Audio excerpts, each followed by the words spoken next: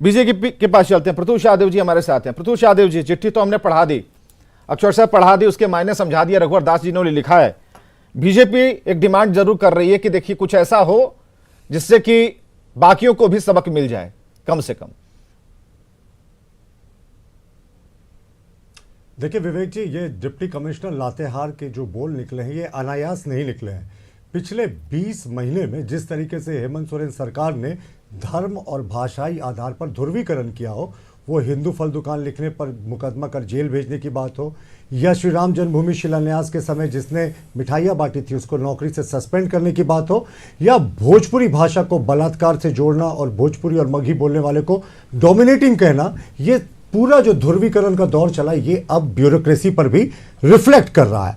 और देखिए deputy commissioner ने कैसी बातें की, वो उन्होंने एक जनप्रतिनिधि को सबसे पहले उस क्षेत्र में जो प्रभावित क्षेत्र में है उसमें जाने से रोकने की कोशिश की। ये आप जनप्रतिनिधि का अपमान करेंगे, सिर्फ बंधु तिर्की से जुड़ा मामला नहीं है। बंधु तिर्की कह दे इस मामले को तुल नहीं दे तो इससे ये मामला खत्म नहीं होता, क्योंकि किसी भी अफसर को, किसी भी जनप्रतिनिधि को जब तक वहां विधि व्यवस्था की समस्या नहीं है वहां जाने से रोकने का अधिकार नहीं। और उन्होंने कांग्रेस पार्टी को आईना दिखाया। एक डिप्टी कमिश्नर कांग्रेस पार्टी के विधायक को, कार्यकारी अध्यक्ष को कह रहा है कि आप सतही तौर पर मुसलमानों के हिमायती बनते हैं, जबकि रियलिटी में ऐसा नहीं है, और कह रहे हैं कि आप मुसलमानों के वोट से ही जीतते हैं। ये कैसी राजनीति साहब। और मेरे पास देखिए all India services conduct rule 1968 है जो आईएएस ऑफिसर्स के कंडक्ट के बारे में बोलता है। इसके 3rd पॉइंट का फर्स्ट में लिखा हुआ है कि he should have high ethical standards, integrity and honesty, और दूसरा लिखा है पॉलिटिकल न्यूट्रलिटी, और तीसरा लिखा है उन्हें सुपरमेसी ऑफ द कॉन्स्टिट्यूशन को अपहोल्ड करना चाहिए। और हमारे संविधान के प्रियम्बल में लिखा है कि हम सेकुलर नेशन है। उसके बावजूद डिप्टी कमिश्नर साहब 3 बार मुसलमान शब्द का प्रयोग करते हैं। ये क्या विक्टिम कार्ड खेल रहे हैं? मुसलमान सर्कल अफसर, खुद मुसलमान डीसी, खुद मुसलमान वहां के रहने वाले, आप जाए नहीं, सतही तौर पर मुसलमानों क्या हमदर्द बनती है? राकेश जी, ऐसा नहीं होना चाहिए। मैं मुझे लगता है दे रहा हूं, राकेश जी को मैं सुनना था, 10 सेकंड शाहदेव जी के सवालों का जवाब 10 सेकंड सिर्फ। हाँ ठीक है प्रतुल। विवेक जी सिर्फ 10 सेकंड मैं 10 सेकंड राकेश जी से कहता हूं कि राकेश जी ने कहा, एक अच्छी बात कही कि ऐसा जनप्रतिनिधियों के साथ किसी अधिकारी को नहीं बोलना चाहिए, लेकिन मैंने तुमने आईएएस का कंडक्ट रूल पढ़ा दिया। इस घटना को बीते 72 घंटे हो गए हैं। क्या डिप्टी कमिश्नर पे शो कॉज करके उसके पक्ष को जानने की कोशिश की गई? बिल्कुल नहीं, कुछ नहीं होगा। डीसी ने मुस्लिमीकरण और जो तुष्टिकरण की बात करके अपने पॉइंट्स गेन कर लिए इस गवर्नमेंट में। कोई बड़ी बात नहीं हो कि उनको बड़ा जिला मिले जल्द। बिल्कुल राकेश, बिल्कुल। हाँ। मैं देखिए सबसे बड़ी बात यह है कि भाई प्रतुल शाहदेव जी ने जो आईएएस कंडक्ट कोर्ट निकाला है, कंटेम्प्ट नहीं, कंडक्ट सर्विस कंडक्ट, तो ये रूल उस वक्त कहां गई थी भारतीय जनता पार्टी की? कंटेम्प्ट किया आपके ऊपर, नहीं कि आपको कंटेम्प्ट ही शब्द याद आता। जी मैंने बहुत गंभीरता से आपकी बात को सुन रहा था। मैं आपको करेक्ट कर रहा हूं। मैं बिल्कुल मैं कह रहा हूं ये कंडक्ट रूल है। तो उस वक्त ये रूल कहां गई थी जब रघुवर दास जी के सरकार में राज्य के डीजीपी सार्वजनिक मंच से कहते हैं कि मैं भारतीय जनता पार्टी का सदस्य हूं।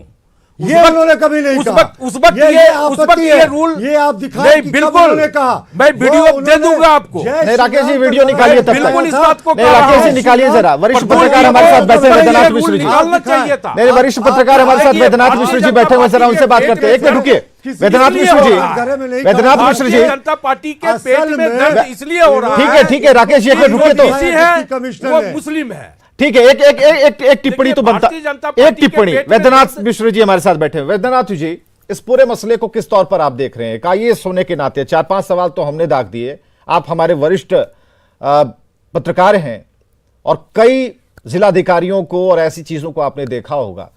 जो ये बोल निकले हैं, उस बोल के मायने क्या हैं?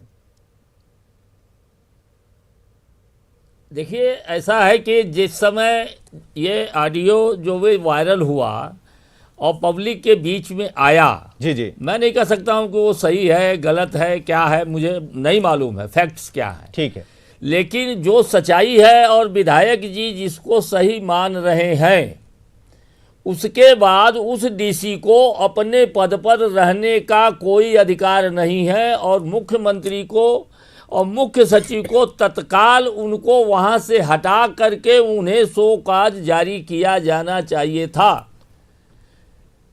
जो आचार संहिता है वह आपको हिदायत देती है कि आपको अपने पद पर अपने कार्यों के निर्वहन के समय जाति धर्म, हमारा संविधान भी कहता है कि जाति धर्म लिंग भाषा इसके आधार पर आप विभेद नहीं करेंगे।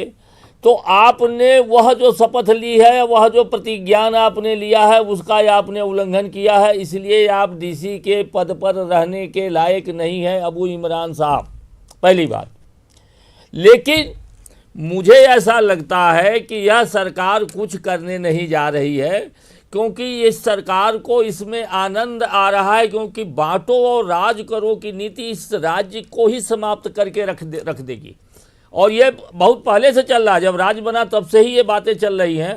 तो अधिकारियों का राजनीतिकरण, और ये पुरानी परंपरा है, ऐसा नहीं है कि कोई नई परंपरा है, लेकिन कोई भी अधिकारी इतना माने डेयर डेविल हो जाए, वो इरादतन शरारतन यह बात कहने लगे। हाँ, ये बिल्कुल ये साफ इसमें झलकता है। एक अलग समय की काफी कमी है, समय की कमी है, इसलिए हम वैद्यनाथ मिश्र जी को अच्छे तरीके से नहीं सुन पाए। लेकिन हमें लगता था कि ये जो कह सकते हैं कि जो बातचीत चल रही है, चर्चा चल रही है या फिर डिबेट चल रहा है, इसे और लंबा होना चाहिए था। फिलहाल आप लोग जो हमारे साथ आए इसके लिए बहुत बहुत शुक्रिया।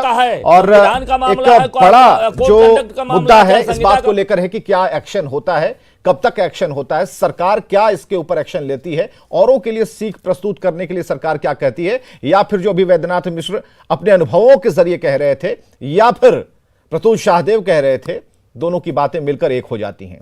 खबरें लगातार जारी हैं।